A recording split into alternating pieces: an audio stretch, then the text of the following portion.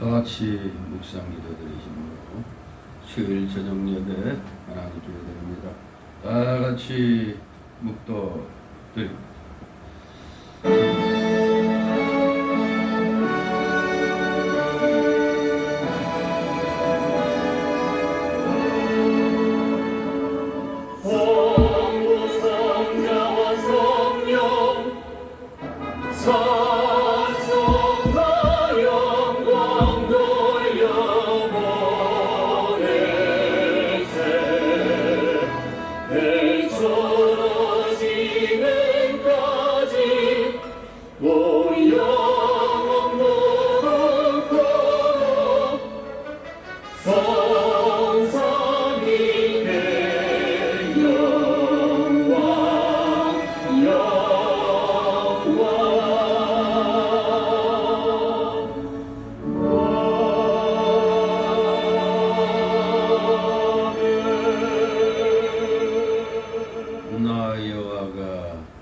너를 항상 인도하여 마른 곳에서도 내 영혼을 만족해 하며 네 뼈를 경복해 하리니 너는 물된 동산 같겠고 물이 끊어지지 아니하는 샘 같을 것이라.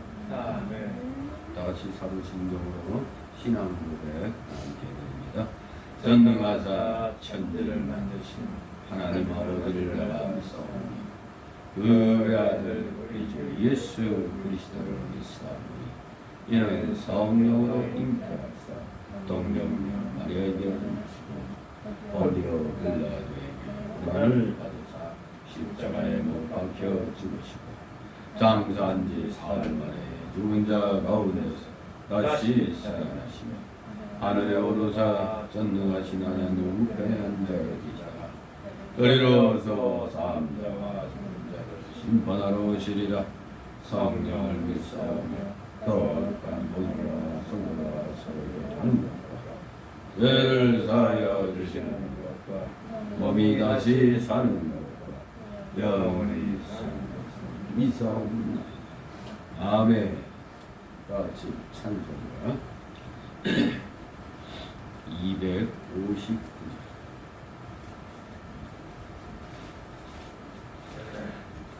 259장 찬송입니다.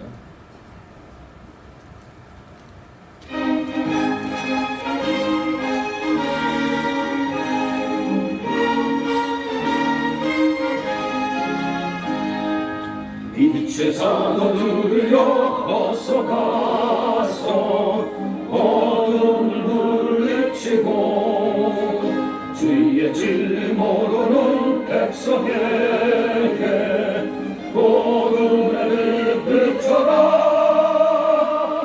일체 사자들이여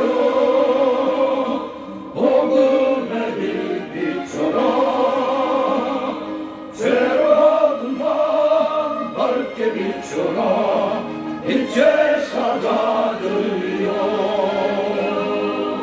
선한 사역 위하여 힘을 내라. 주 함께 하시겠네. 주의 걸신 사랑을 전파하며 복음의 빛 비춰라. 빛의 사자들이여 복음의 빛 비춰라. 죄로 어두운 밤 밝게 비춰라. 빛의 사자들이여 주님부터 하신 말 순종하여 이 진리 전파하라. 상하와 땅을 넘어 힘을 다해 복음의 빛 비춰라. 빛의 사자들이여 복음의 빛 비춰라. 죄로 어두운 밤 밝게 비춰라. 빛의 사자들이여 동서남북 어디나 땅끝까지 주님만 의지하고 어느 곳서 못 보는 백성에게 복음의 빛 비춰라 빛의 사자들이여 복음의 빛 비춰라 새로운 밤 밝게 비춰라 빛의 사자들이여.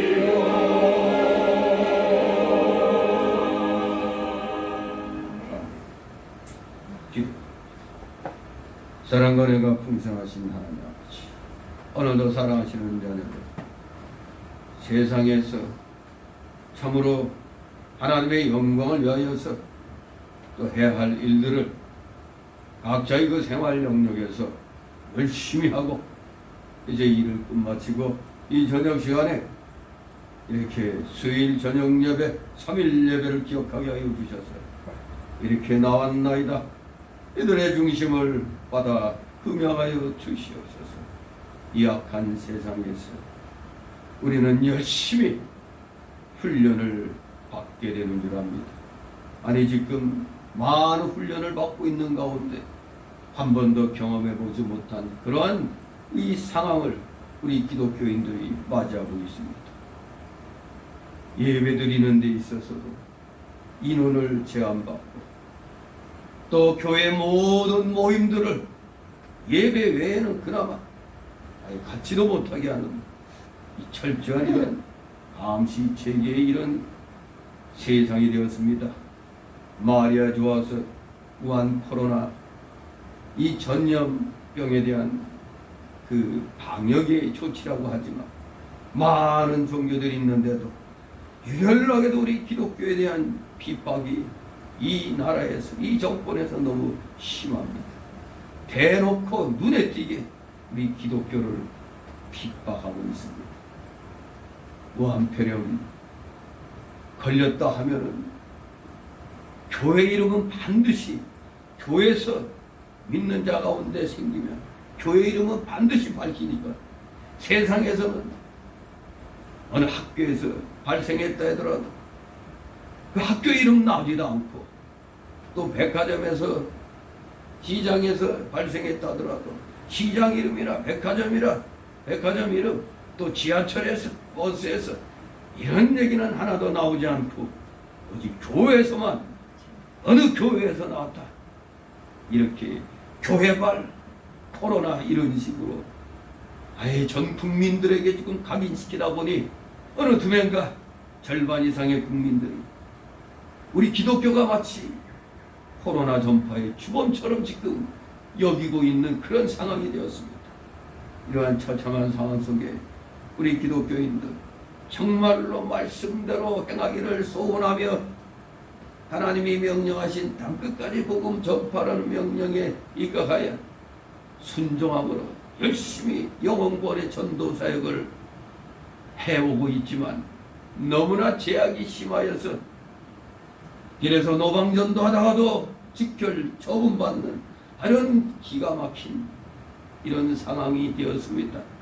그런데도 어찌하여 우리 기독교계 각 교단들이 제대로 된 성명서 하나 제대로 된 항의도 못하고 있는 것을 보면 참으로 마음이 안타깝습니다.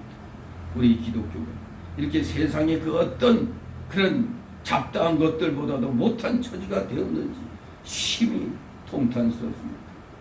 그럼에도 불구하고 우리 사랑하시는 자들은 어떻게든지 하나님 앞에 드리는 예배는 어떻게든지 드리려고 애를 쓰면서 비록 적은 수지만 하나님 앞에 그래도 또 거리두기 기본적인 그 방역 지침을 또 지키면서도 열심히 또 하나님 앞에 중심을 드립니다. 반드시 하나님께서는 우리의 중심을 보시고 이 마귀 세력들 반드시 하나님께서 징벌을 가할 줄 믿습니다. 우리 사랑하시는 자녀들 힘든 가운데서도 어려운 여건하에서도 열심히 주님 앞에 나오는 그 중심을 분명히 주님은 또 우리에게 상으로 주실 줄 믿습니다.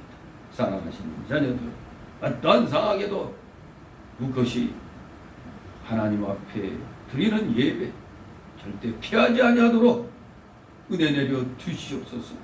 많은 교회들이 문을 닫고 또 이 정권으로부터 또 교회 문 닫게 되는 뭐 그런 일까지도 지금 당하고 있는 상황에서 우리 믿음 지키려고 그래도 열심히 교회에서 정한 시간 나와 하나님 앞에 머리를 조아리는 사랑하시는 자들, 이들을 기억하여 주옵시고 이들로 인하여 이 나라에 하나님께서 반드시 회복의 복을 내려 주실 줄 믿습니다. 우리 모두 최선을 다하여 주님이 다시 오시는 날까지 그 어떠한 상황이 일어난다 할지라도 불복하지 아니하 오직 우리에게 영원의 전도사과 하나님 앞에 예배드리는 일은 절대로 피하지 아니하는 진실된 믿음의 일꾼들, 하나님의 자녀들 다 되게 하여 주시옵소서. 감사드립니다. 피곤한 중에 나왔사오나 영의 기쁨과 즐거움으로 이 시간 주님 앞에 힘차게 찬송하면서 또 기도하면서 간절히 기도하면서 주님의 말씀을 마음판에 담습니다. 우리 사랑하시는 자녀들 어루만져 주시옵소서. 졸음막에 틈마트게 하여 주시고 각종 잡념의 마귀 안에 쫓아 주시옵소서. 오고 있는 발걸음이 있다면 속히 재촉하여 주시옵소서. 온전히 주님께서만이 영광 받으시는 이 귀한 시간 되게 하여 주시옵소서.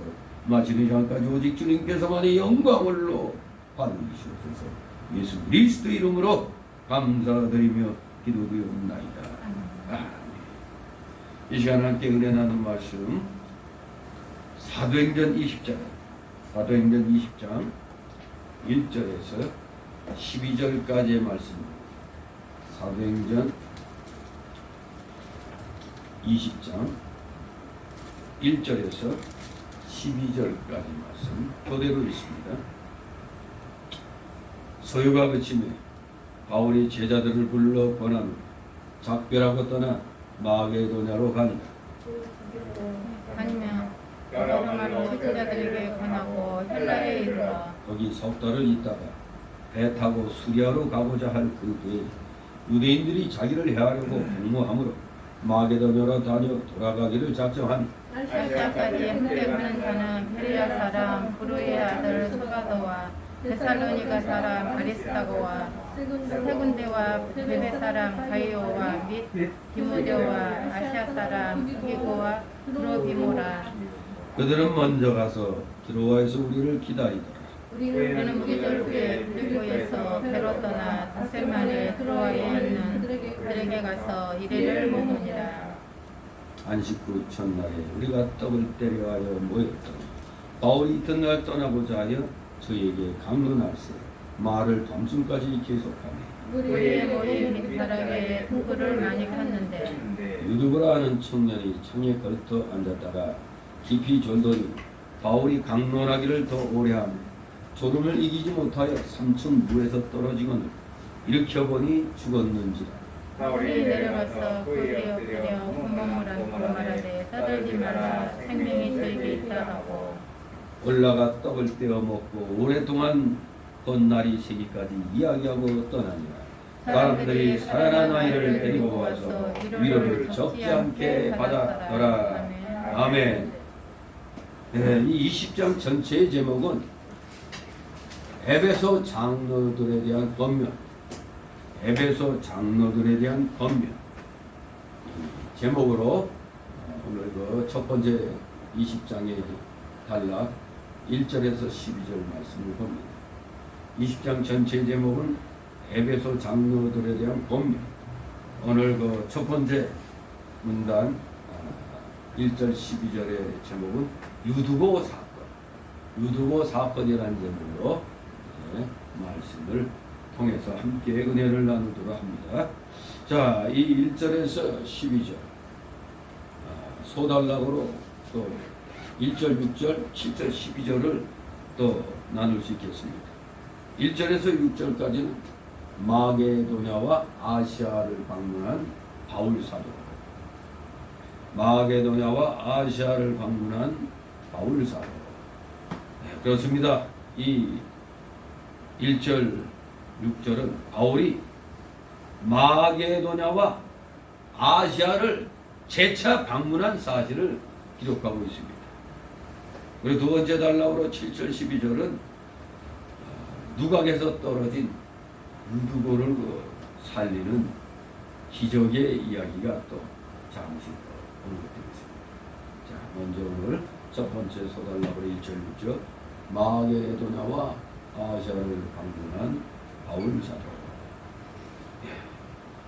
재차 이제 마게도냐와 아시아를 바울이 방문한 사실이 기록되어 있는데 에베소를 떠나 다시 드로아로 돌아오기까지는 무려 10개월가량이 걸렸습니다. 그런데 여기 본문의 기록을 보면 상당히 짧죠. 1절에서 6절까지로만 이렇게 나왔으니 그럼에도 불구하고 이 기록 안에는 고린도 후서 및 로마서와 관련된 그 인물들에 대한 언급들과 역사적인 암시들이 가득 차 있습니다. 고린도 후서를 보면 고린도 후서 1장 8절에서 2장 12절을 보면은 바울이 매우 괴로운 마음으로 에베소를 떠나 드로아로 향했음을 짐작할 수가 있습니다. 아시아에서 당한 환난, 아주 거의 목숨의 위협을 받은 그런 고통이 이제 고린도전서 1장 8절에 기록되어 있죠. 아시아에서 당한 환난을 기억한다고 고린도서 1장 8절에 나와있죠. 형제들아, 우리가 아시아에서 당한 환난을 너희가 알지 못하기를 원치 아니하노니 힘에 지나도록 심한 고생을 받아 살 소망까지 끊어지고, 또 9절 보면 우리 마음에 사형 선고를 받은 줄 알았습니다. 이는 우리로 자기를 의뢰하지 말고 오직 죽은 자를 다시 살리시는 하나님만 의뢰하게 하십니다. 참으로 이 아시아에서 당한 이 환란이 엄청났던 것을 알 수가 있습니다. 그 빌립보에 이르러 약속에 따라 디도와 만났습니다. 고린도후서 7장 5절 16절에 보면 디도는 고린도 교회로부터 위로의 소식을 또 가지고 왔습니다. 우리 고린도후서 7장 5절 한번 살펴보겠습니다. 고린도후서 7장 5절에 보면 우리가 마게도냐에 이르렀을 때 우리 육체가 편치 못하고 사방으로 환난을 당하여 밖으로는 다투며 안으로는 두려움이라. 그러나 비천한 자들을 위로하시는 하나님이 디도의 옴으로 우리를 위로하셨으니, 이렇게 디도를 통해서 또 고린도 교회에 더한 위로의 소식을 또 가지고 왔습니다. 여기서 바울은 큰 위안을 얻고, 그래서 고린도후서를 기록해서 디도편으로 보내었던 것입니다. 얼마 후에 바울은 디모데 등과 더불어 예전 계획대로 고린도로 내려갔습니다. 고린도전서 16장 6절의 말씀입니다. 거기서 보면은 3개월간, 여기 20장 3절에 거기 석 달을 있다가 배 타고 이렇게 수리하러 간다고 했는데 3개월간 가이오 집에 거하면서 이제 로마서를 기록을 하게 됩니다. 자, 그러면 바울이 어떠한 상황에 처해 있었는가를 이제 1절에서 6절을 살펴보도록 합니다. 마게도냐와 아시아를 재차 방문했을 때 여기는 간략하게 되어 있지만 많은 환난들이 있었습니다. 자, 1절 2절 있습니다. 소가 그침에 바울이 제자들 불러 원하는데 작별하고 마게도냐로 가니 그 지경으로 다녀가며 여러 말로 제자들에게 권하고 헬라에 이르라. 아멘. 에베소에서 데메드리오가 선동한 불법 집회 소동이 있습니다. 그 군중들의 우매한 그 모임 때문에 그저 거짓 선동에 넘어가가지고 도대체가 자기네가 왜 모여서 소동을 일으키는지도 모르고 그냥 아데미 신이여 하면서 그냥 자기들 신만 연호하고 그러다가 서로가 우리가 왜 이렇게 흥분하고 나왔지 하는 식으로 왜 왔는지도 모른다고 그랬잖아요. 아무튼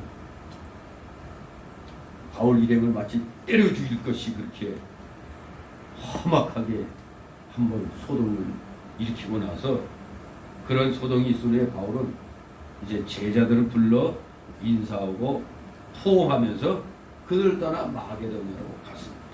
여기 제자들을 불러 권한 후에 작별했다고 하는데 이 작별하다는 헬라 원어를 보니까 아스파조마이라는 단어인데 아스파조마이 문하다다, 작별하다, 환영하다, 포옹하다는 그런 뜻이 있어요. 그러니 제자들 불러서 우리가 먼 길 떠날 때 인사하면서 한 번씩 이렇게 끌어안는 그런 것을 말하는 거죠. 그리고 나서 그들을 따라 마게도냐로 갔습니다. 그 옛날 영어 성경 킹 제임스 여권은 임브레스라고 그 포옹하다고 아예 번역을 했어요. 우리말로는 작별하고 떠났다고 했지만 킹 제임스 여권에는 그냥 포옹하다 그렇게 번역을 했습니다. 그러니 둘 다 합치면 되죠. 인사하고 포옹하면서 떠났다. 그렇게 하면 딱 맞죠. 아무튼 마게도냐는 빌립보와 데살로니가 성이 있는 지역입니다. 바울은 그 지역을 지나며 제자들로 건면했고 헬라에 이르렀습니다. 헬라, 이 지역은 고린도 성이 있는 곳이죠. 바울은 자기가 전도했던 곳들을 방문하여 신자들을 건면했습니다. 신앙생활에 있어서 교훈과 권면은 매우 중요한 요소입니다. 나쁜 말은 나쁜 영향을 주지만 바르고 좋은 말은 바르고 좋은 영향을 줍니다. 사람이 거칠어지잖아요. 그 양아치 세계하고 모범생들 모임에 이런 거 보면은 벌써 질이 다르죠. 풍기는 그 분위기조차 달라요. 나쁜 말 하는 인간들만 모였으면 매일 그냥 나쁜 얘기만 하니까 거칠어질 수밖에. 그런데 이 좋은 말 하는 교양 있는 사람들 모여서 좋은 말, 바른 말 하면은 분위기도 좋은 것입니다. 그러니 아이들이 어느 부류에서 교육받으면 좋겠어요? 좋은 말, 바르고 좋은 영향을 끼치는 그런 데서 아이들을 우리가 교육시키는 게 좋겠죠. 아무튼 신앙생활에 있어서 우리 교훈과 권면, 이거 우리 기독교의 교훈과 권면은 이 세상에서 가장 좋고 아주 귀한 영향을 주는 그런 말씀이 되는 겁니다. 신앙생활. 아무튼 바른 교훈과 바른 권면을 많이 받을수록 성도들은 그 신앙과 인격, 말과 행동이 그리고 그 삶이 온전하여지게 되는 것입니다. 들은 대로 사람이 뇌가 그걸 인식한 대로 그렇게 행동하게 되어 있습니다. 본능적으로. 악한 말을 들으면 본능적으로 이 악한 말에 영향을 받아서 행동이 그렇게 나가지만 우리 기독교의 이 귀한 하나님의 이 말씀, 우리의 신앙의 인격을 아주 그 품이 있게 고품격으로 자라게 하는 겁니다. 그러니 인격은 뭐 말할 것도 없고 말과 행동도 따라서 아주 온유하고 또 아주 품이 있는 그런 말을 하면서 우리가 살아가게 되는 겁니다. 자, 3절이 있습니다. 거기에 석 달을 있다가 배 타고 시리아로 가고자 할 때에 유대인들이 자기를 야르고 공모함으로 마게도냐로 다녀 돌아가기를 작정하니. 아멘. 바울은 이렇게 헬라에 석 달을 머문 후 배 타고 수리아로 가려 했는데 또 역시 아니나 다를까 누가 버티고 있어요? 유대인들이 바울을 해치려고 공모하고 있었습니다. 바울은 자기를 해하려고 공모함으로.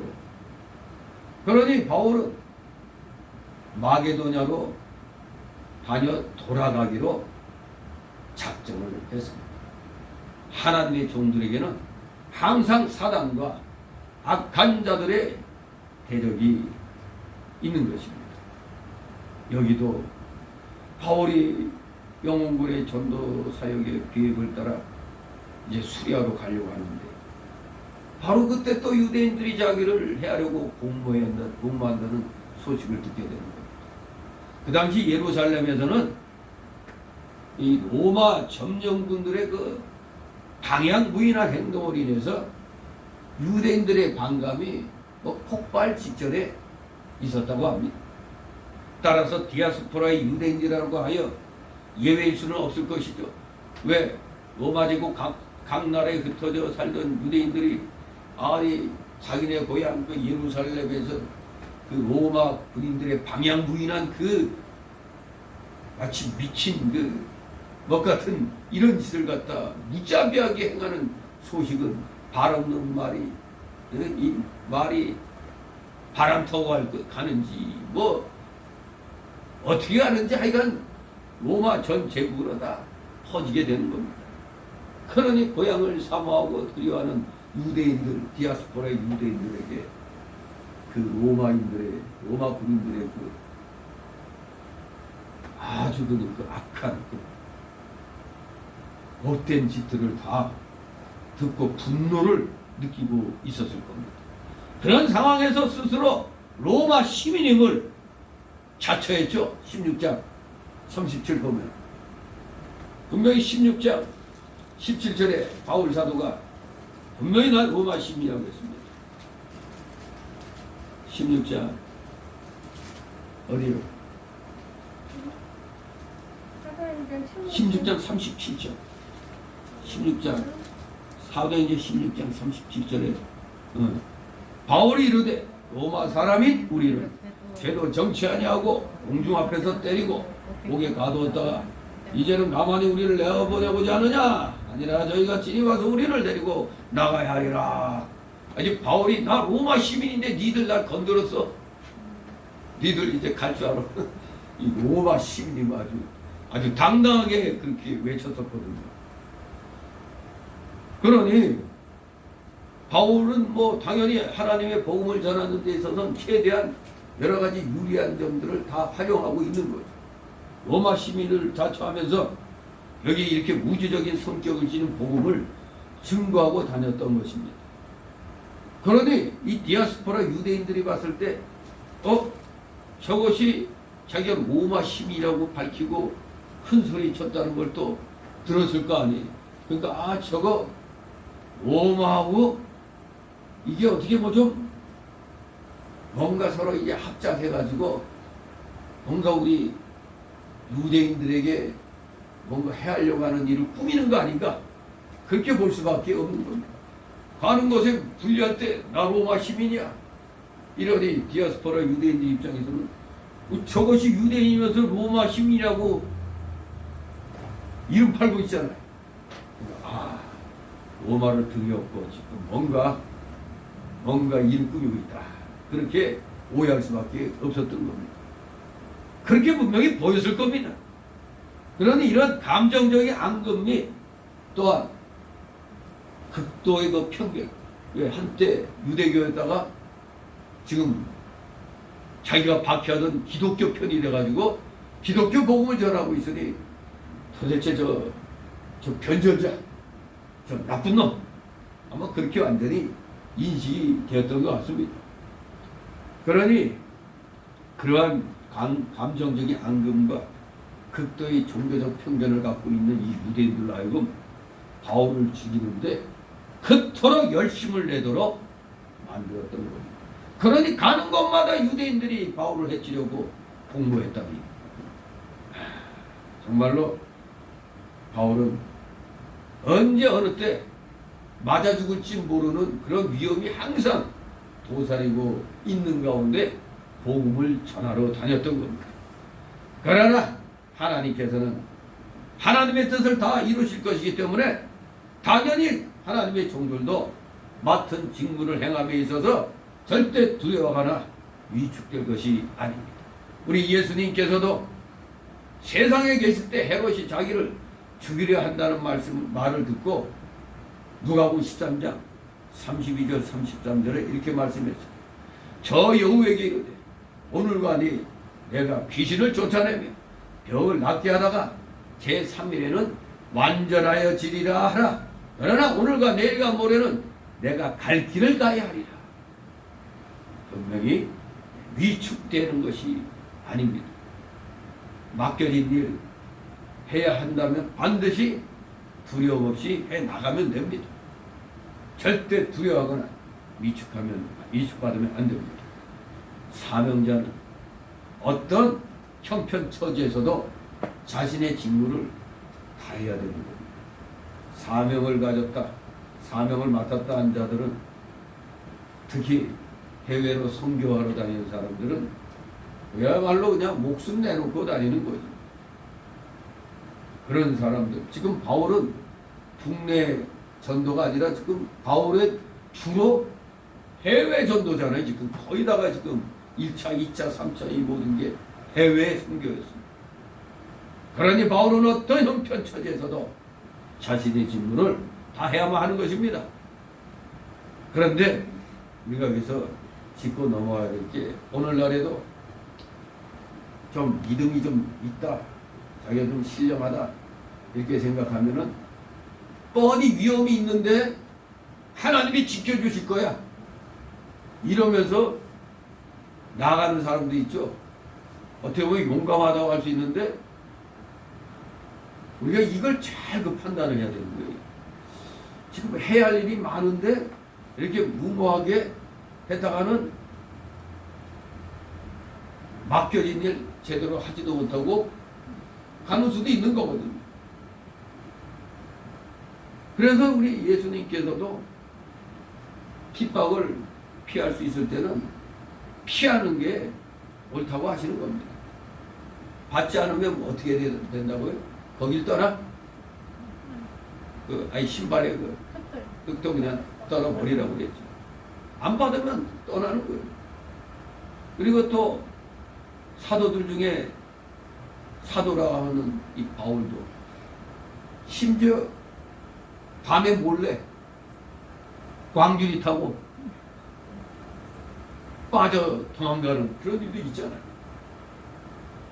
그걸 비겁하게 왜 담대하게 말이야 맞이해야지, 그게 뭐냐. 그게 아니죠. 그때그때 이제 하나님의 성령의 역사가 감동을 주는 대로 움직이면 돼요. 그게 순교할 자리라면 가야 되는 거고. 그런데 아직 할 일이 창창에 많이 남았다고 하나님이 이렇게 영적으로 깨닫게 해주면은 피할 수 있으면 피해야 되는 거예요.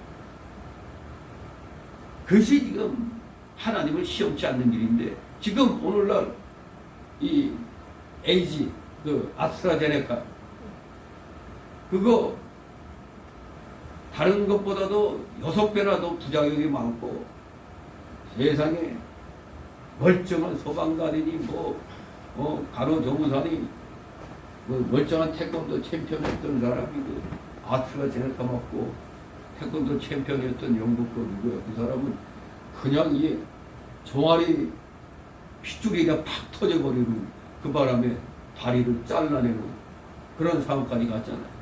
또 우리나라 이 소방관, 멀쩡하던 소방관이 그냥 시름시름 하다가 그냥 전신마비 뭐 그런 식이 되고, 또 간호조무사도 그냥 그렇게 전신마비가 이렇게 되고, 청년도. 그러니까 이게 수많은 이 사람들에 비하면은 작은 확률인데, 여기에 나한테 오지 말란 법이 없는 거고.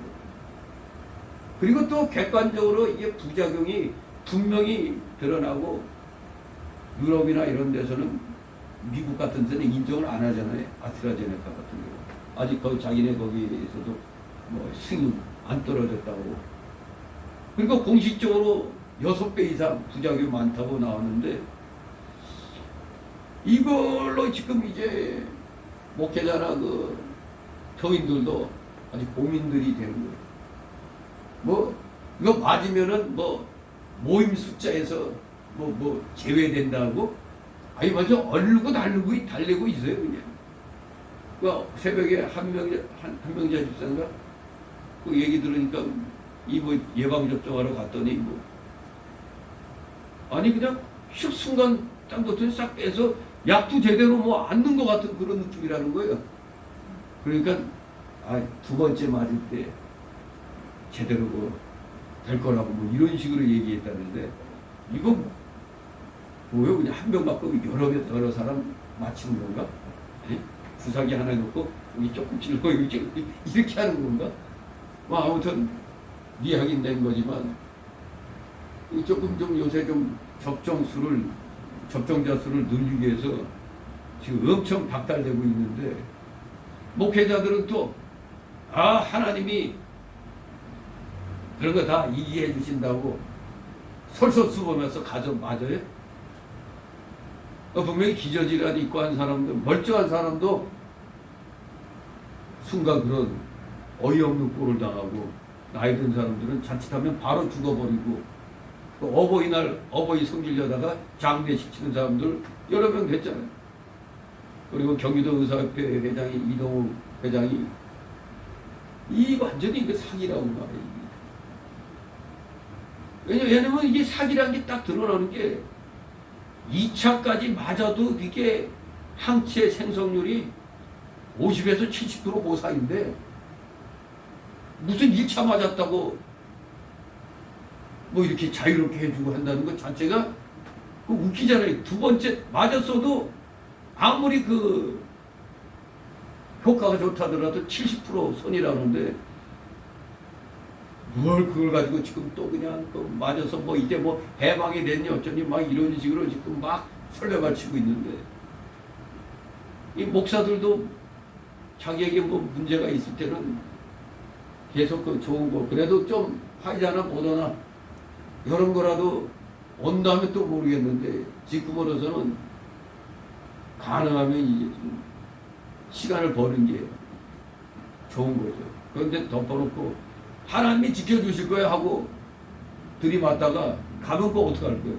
이게 잘못하면 지금 목사들도 요 백신 맞는 거 가지고 하나님 시험할 수도 있어요. 피할 수 있으면 피하는 게 좋은 겁니다. 왜 진짜 전문가들의 말은 안 듣고 그냥 언론에서 흘리는 그런 얘기만 듣고 괜찮아 아무 이상 없어, 아무 이상 없는데 왜 사람이 죽고 그러고 반병신되고 그래? 내가 딱 보면 지금 이 백신 이 주사는 러시안 룰렛 게임 같아요. 러시안 룰렛 게임이 뭐냐면 빈 총에 총알 하나 딱 넣어요. 그러니까 탁 돌려요. 따라락 돌면서 그러면 이게 언제 이게 총알이 발사될지 모르는 거예요. 빈 총에 총알을 딱 하나 넣으면은 칙 돌리잖아요. 딱 이래가지고 서로 간땡이 큰 거 하는 거예요. 완전히 목숨 건 도박이죠. 그런 도박이 있어요. 러시아 룰렛 게임. 딱 동번호 놓고 먼저 땡겨요. 이게 잘못하면 바로 가는 수가 있는 거예요. 그러니까 이게 언제 이게 처리가 될지 모르는 거거든요. 마치 꼭 지금 아스트라제네카가 러시아 룰렛 게임 같아. 왜? 누구는 괜찮은데, 그래, 괜찮은 사람은 괜찮은 거예요. 그러나, 그 의사가 자기가 맞고 이제 그 인터넷에 띄운 걸 보면은 일주일 내내 하여간에 괴로웠다고 그러잖아요. 그래서 두 번째는 맞을 생각이 없지만, 첫 번째 이 고통을 생각하니까 아까워서 또 두 번째 맞아야겠다. 이렇게 얘기하는. 어떤 사람은 그냥 약간 좀 뭐 한 것 같은데 괜찮다는 사람이 있거든요. 그게 누구에게 부작용이 날지는 아무도 모르는 거예요. 다들 괜찮다고 그래서 그럼 나도 가서 맞지 하고 맞았다가 만약 일이 잘못되면 누구를 원망할 거예요. 그래서 서두르지 말고 가능하면 지켜봐야 돼요. 그래도 확률적으로 6분의 1이 부작용이 적은 화이자나 모더나가 아무래도 좀 나을 거 아닙니까? 지금 뭐 대구 시장이 열받았다고 그러대. 이 정권에 그냥 열받아가지고 대구가 3천만 명분 화이자 백신 구입하겠다고 막 그랬다는 얘기가 들리더라고요. 그러니 이 정권에서 가만히 있으면 안 되지. 자기네가 병신되니까. 국가가 못하는 거, 정권이 못하는 거, 이게 시장이 한다면 안 되니까 막아야 되겠죠? 정권 차원에서 막아야 되겠죠? 그 일개 시장이 만약에 어떻게 그 개인적인 외교 펼쳐서 3천만 명분 갖고 오면은 이 정권 뭐가 되는 거예요? X가 되어버려, X가 되어버려. 아무튼 우리 기독교인들 지금 교회마다 인원수에서 그 맞은 적정한 사람들을 뺀다고 뭐 이러니까 또 이 빨리 맞아야 되나 보다 또 이렇게 막 얘기가 나오고 있죠. 지금 또 미군하고 훈련하는 국군들에게 미군을 위해서 결국 우리 국군에게 55만 명분 화이자인가 모더나 준다고 그랬는데 알고 봤더니 얀센을 보냈잖아요. 얀센. 그러니 그런 아스트라제네카하고 똑같은 그런 방식으로 생산된 거라 이 혈전 반응이 있는 거거든요. 그러니까 군인들에게 그 맞추면은 30대 미만이 대부분이잖아요. 그러니까 졸제 갑자기 또 예비군과 민방위 대원들에게 마친다. 다 빨리 예약하라 했더니 그냥 하루 만에 동나버렸다네. 하루 만에 예약이 다 끝났다네. 근데 왜 그랬냐면 얀센이 인기가 있는 이유가 다른 건 2번 맞아야 되는데 얀센은 한 번으로 끝난다네. 이게 뭐 제대로 진짜 효과가 있는 건지 아닌지. 그러다 보니까 너나 나할 것 없이 그냥 얀센 거고 그냥 다 예약을 했다고 그래. 아무튼 이 상황이 어떻게 될는지 진짜 좀 매우 헷갈리는 게 전 화이자 전 부사장인가 했던 그 사람도 절대 그 맞으면 안 된다고 그러질 않아. 또 저거 누구야 저 일개진가 뭐 누구야 그 누구 가족들은 아예 그 화이자 회사 그 대표인가 뭔가 이런 그 회장인가 사장인가 뭔가 하는 자는 절대 우리 가족은 아무도 그 안 맞는다고. 이게 이놈이 꽤 이제 헷갈리는 거죠. 왜 지들은 왜 안 맞아? 지들이 그 개발해놓고. 아무튼 지금 어떻게 이제 돌아가는지 모릅니다만 일단은 부작용이 어느 가정에 임할지 모르는 거예요. 다 괜찮은데 뭐 견딜만 한데 하다가 아니 세상에 그 태권도 선수 챔피언했으면은 몸이 굉장히 건강하고 그런 사람일 거 아니에요. 근데 세상에 이 갑자기 종아리째 팍 터져버렸더라고요. 사진 보니까 한쪽 다리 이제 절단해가지고 누워있는데 보상도 안 해준대. 영국도 보상이 없대. 보상이 그거 갖고 싸우고 있다고 하는데 아무튼 우리가 하나님의 능력을 믿는 거는 분명히 우리가 신하지만은 눈에 분명히 어떤 그 부작용이라든가 뭔가 잘못된 것이 있는데도 덮어놓고 믿사오니 하면은 뭐가 돼? 이건 하나님 시험하는 거예요. 지금 딱 보면은 지금 이 백신 문제가 기독교계에서 하나님을 시험하는 그런 게 될 수도 있어요. 너도 나도 이제 막 맞다 보면은 그 이론 제안에서 빼준다 하니까 교회들도 이제 막 맞으려고 목사들도 맞으려고 이제 막 예약하고 막 그래요. 예약 신청하고. 오늘 이 구청에서 공문이 왔는데 뭐 20%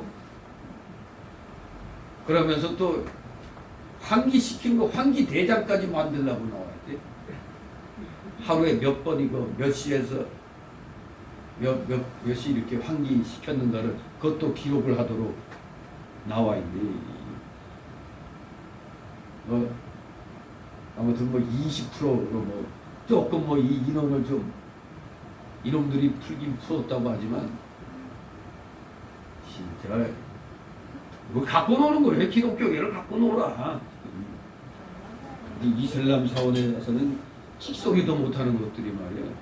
불교 그 법당에 가서도 말도 못하고 천주교에 가서도 말도 안 하는 것들이 꼭 기독교만 가지고 이러고 있습니다.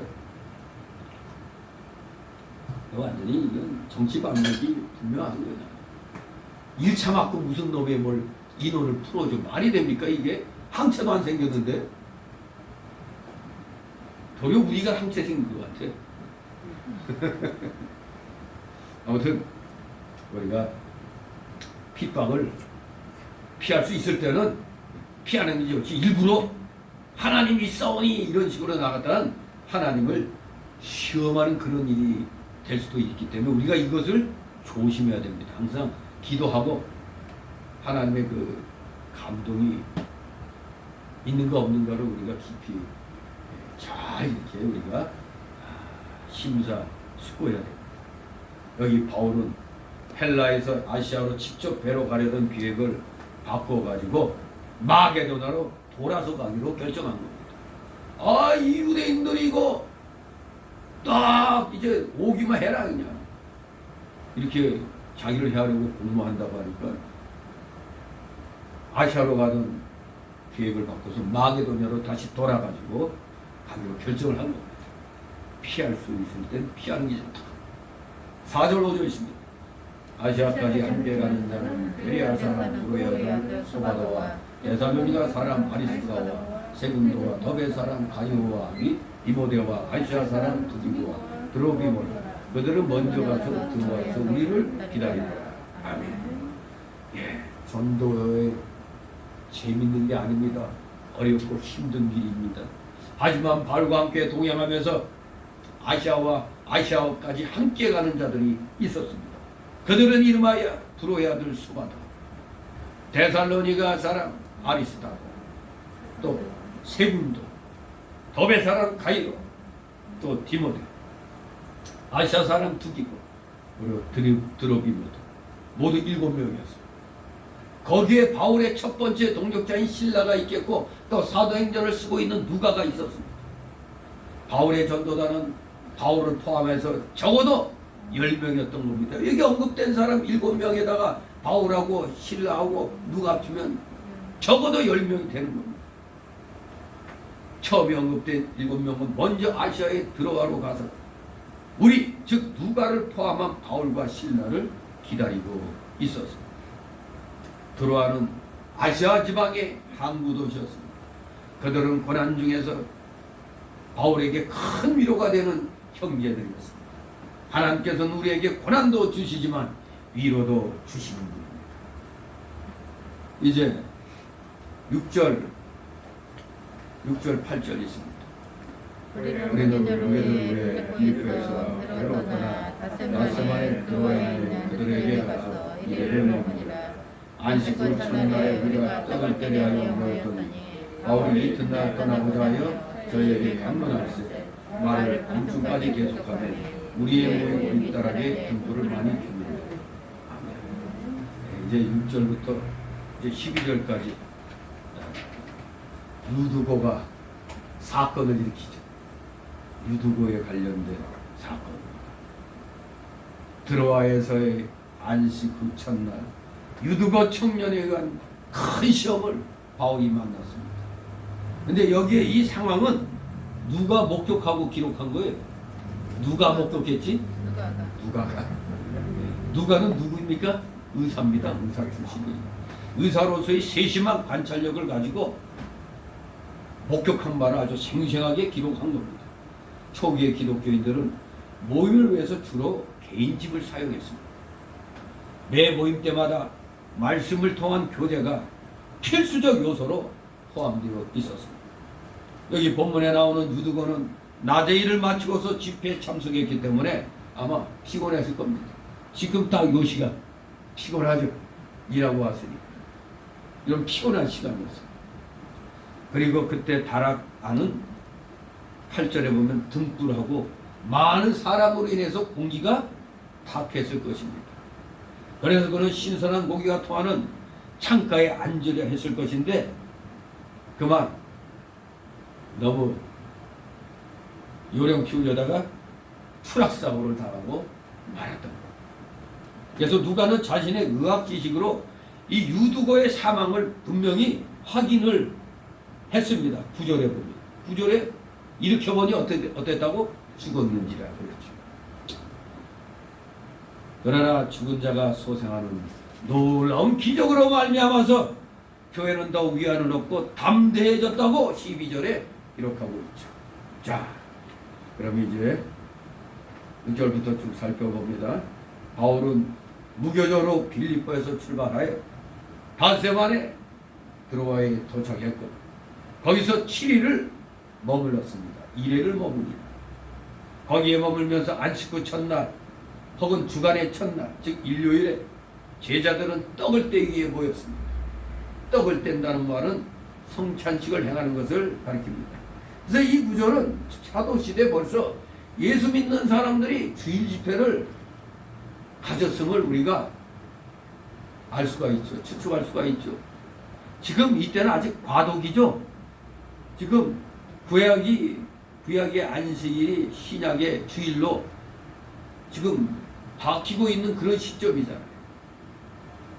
하나님의 섭리 안에서 이렇게 안식일은 토요일에서 주일로 변경되어 가고 있었던 겁니다.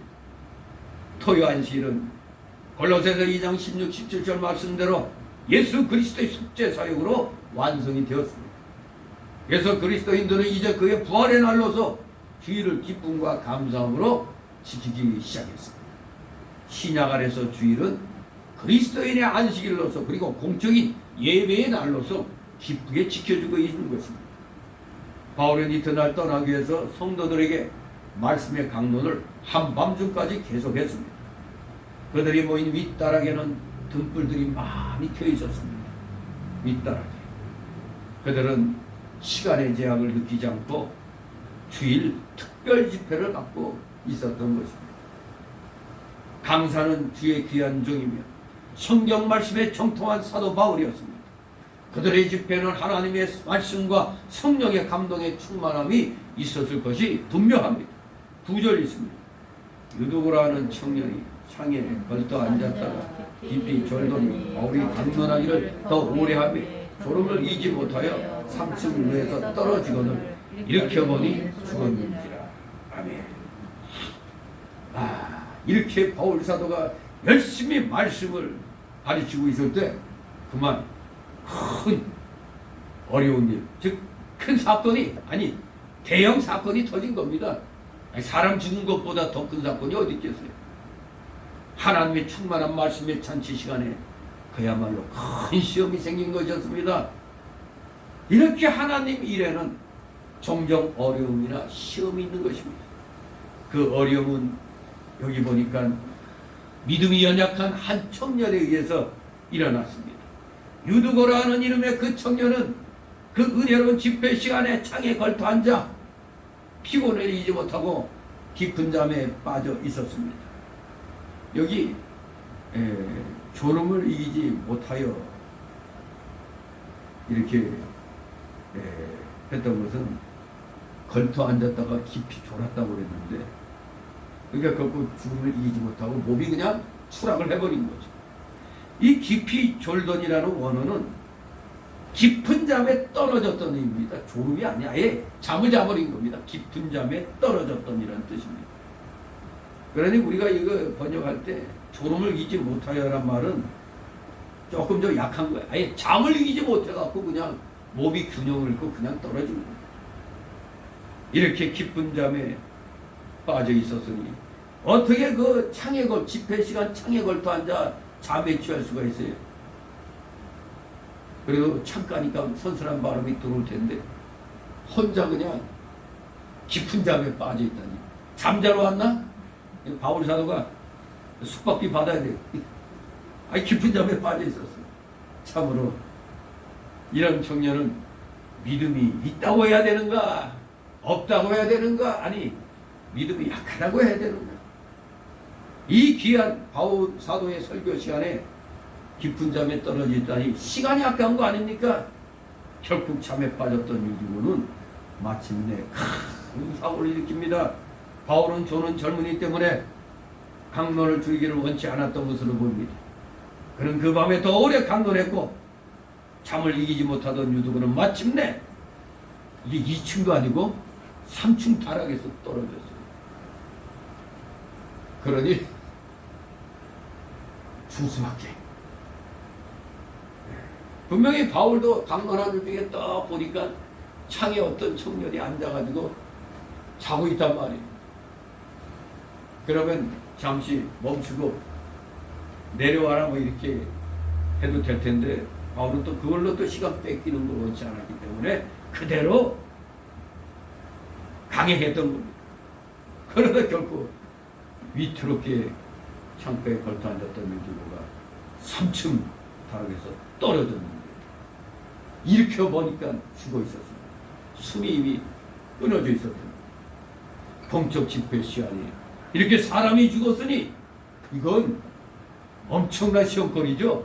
아니 은혜의 시간에 사람이 죽었네 하고 그냥 바울아 살려내라 막 이렇게 나올 수도 있는 거예요.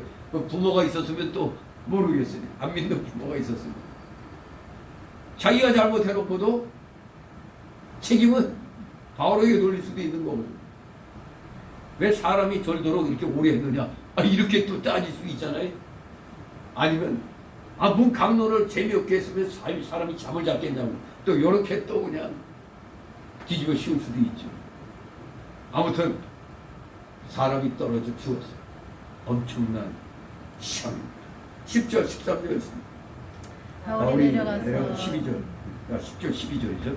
바울이 내려가서 그의 엎드려 그 얼굴을 안고 말하되 떠들지 말라 생명이 저에게 있다 하고 올라가 떡을 떼어 먹고 오랫동안 곧 날이 새기까지 이야기하고 떠나니 사람들이 살아난 아이를 데리고 와서 위로를 적지 않게 받았더라. 아멘.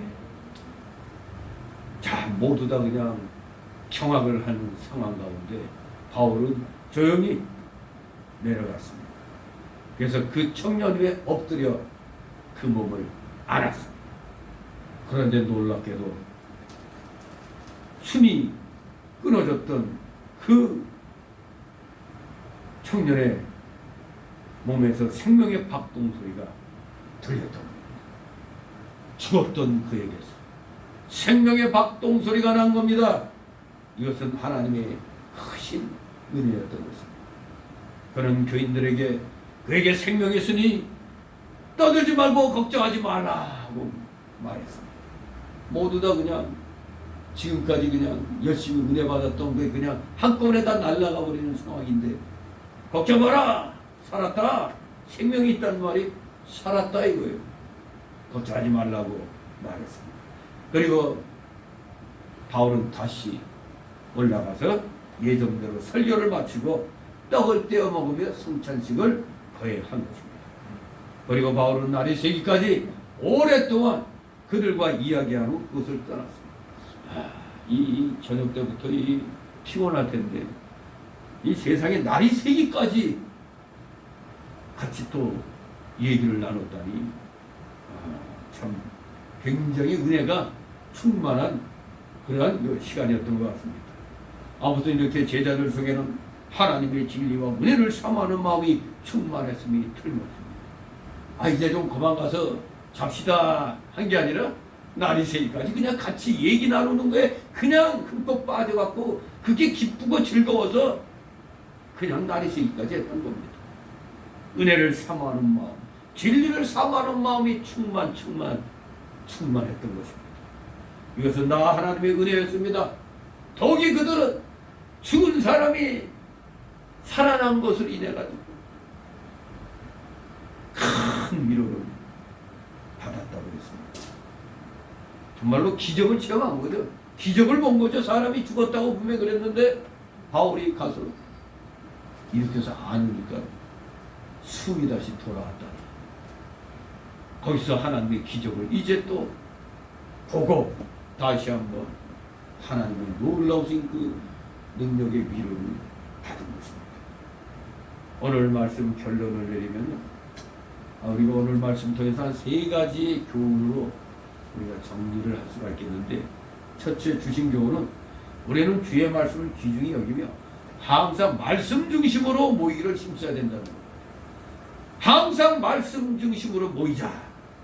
개인적으로 성경을 읽는 것과 가정에서 자녀들에게 성경 말씀을 가르치는 것은 물론이거니와 교회로 모일 때 성경적 설교를 사모하고 말씀에 마음을 기울이며 또 교회에서 서로 교제할 때 하나님의 말씀으로 서로 권면해야 할 것입니다. 교회는 하나님의 말씀 중심으로 모일 때 힘을 얻고 영적으로 자라가는 것입니다. 말씀 중심. 그냥 달리 말하는 게 아닙니다. 세상 말로 재밌는 거 많이 만들었고 교회 많이 나오게 만든다. 그거 잘못된 거 아닙니다. 인본주의 방식으로 교인들 많이 끌어모은다. 그건 하나님 방식이 아닙니다. 그건 세상에서 말하는 소위 대학에서 그 경영학 원리를 가지고 교회에서 써먹고 있는 겁니다. 이 영혼권의 이 뜨거운 이 전도의 마음으로 우리가 말씀으로 무장하고, 그래서 그 생명의 말씀으로 권면하면서 우리가 나아가야지, 그저 세상에서 재밌다고 하는 것만 자꾸 그냥 교회에 받아들여서 하면 안 됩니다. 오직 우리는 영적으로 자라야 되지, 그저 육신적으로 덩치만 키워서는 되는 게 아닙니다. 교회는 영적으로 자라야 돼요. 그래야지 힘이 있는 겁니다. 바로 오늘날이 그 증거하고 있지 않습니까? 대형교회가 그렇게 예배당 큰 거 자랑하고 수많은 교인 자랑하더니 정작 불의한 세력에 말 한마디도 못하고 있잖아요. 이게 뭡니까? 말씀 중심으로 안 했기 때문에 그런 겁니다. 말씀 중심으로 바로 선교회라면 절대 가만히 있을 수가 없어요. 정가훈 목사나 안희한 목사나 누구예요? 오병찬 목사, 또 은평 심화보 목사, 교인들 몇백 명 떨어져 나오도 좋다 이거예요. 말씀 중심 영적으로 바로 서야 부의에 대하여 말을 할 수가 있는 거죠. 그냥 세상적인 그런 걸로만 교회를 키워놨더니 정작 아무 말도 못하고 있잖아요. 세상에서 우리 기독교 무시하잖아요. 참 서글픈 거죠. 영적으로 자라나야 되는데 영적으로 자라나지 못했기 때문에 예배당 크기만 자라는 겁니다. 교인 수 많은 것만 자라는 겁니다. 다시 한번 회개하면 말씀 중심으로 모여서 우리가 영적으로 자라나야 되겠습니다. 두 번째 주시는 교훈은 우리 신앙의 여정에 때때로 어려움이 일어난다는 걸 알아야 된다는 겁니다.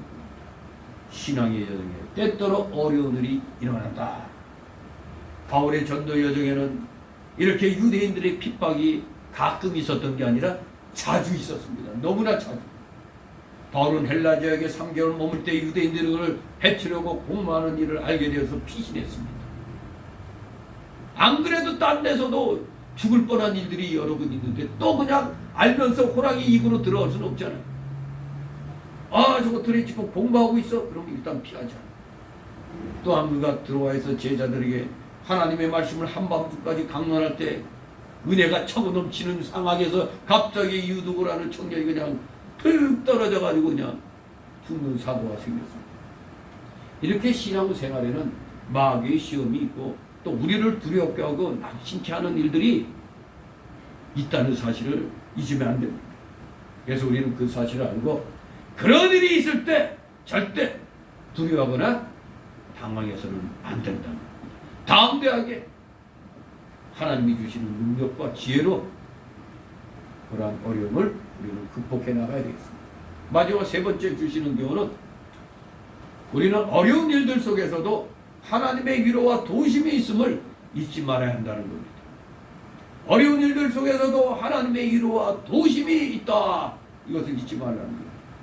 바울에게 교제를 나눌 성도들과 그를 돕는 동력자들이 있었듯이 또 죽었다고 판단되었던 청년 유두고가 회생함으로 바울 자신과 모든 제자들에게 큰 위로가 되었듯이 하나님께서는 오늘날도 우리와 함께 하심으로 우리에게 위로거리를 주시고 또 시시때때로 우리를 도우십니다. 아멘. 왜 그렇습니까? 하나님은 지금도 살아 역사하시는 우리의 주님이시니까. 아멘. 살아 역사하시는 하나님. 그래서 말씀하셨던 하나님이 아니라 말씀하시는 하나님.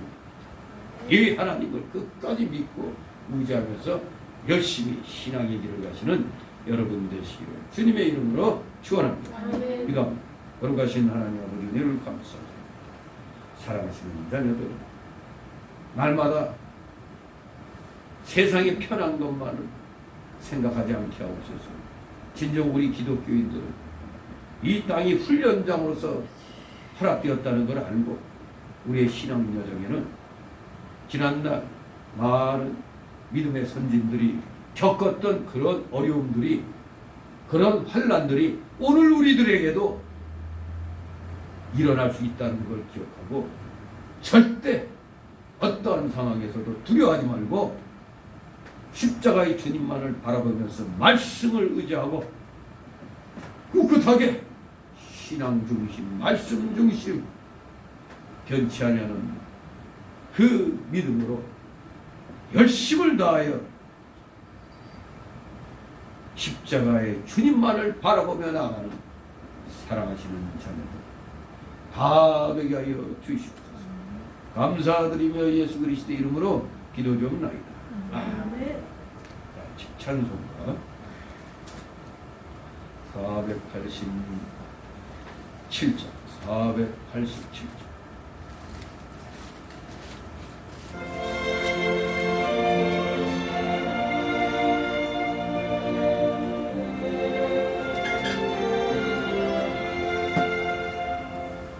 죄를 맡은 우리 구주 어찌 좋은 친구인지 걱정되신 무거운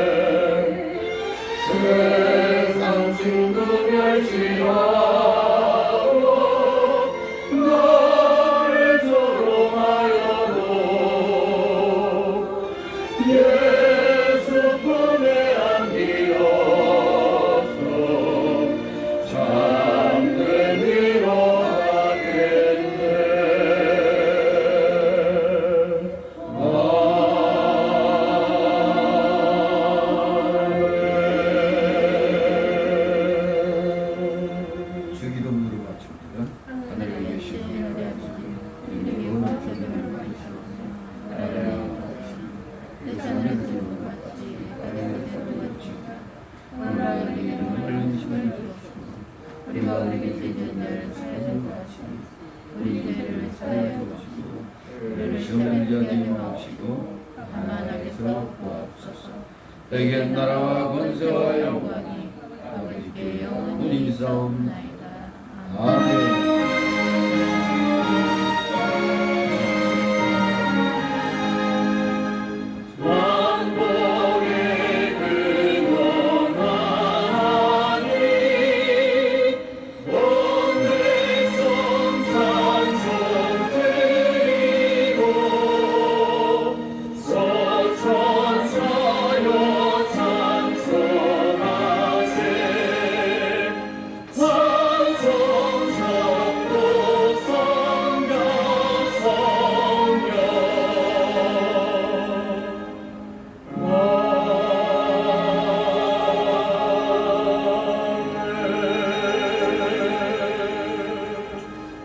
네, 수고하셨습니다. 기도하시고 돌아가십니다.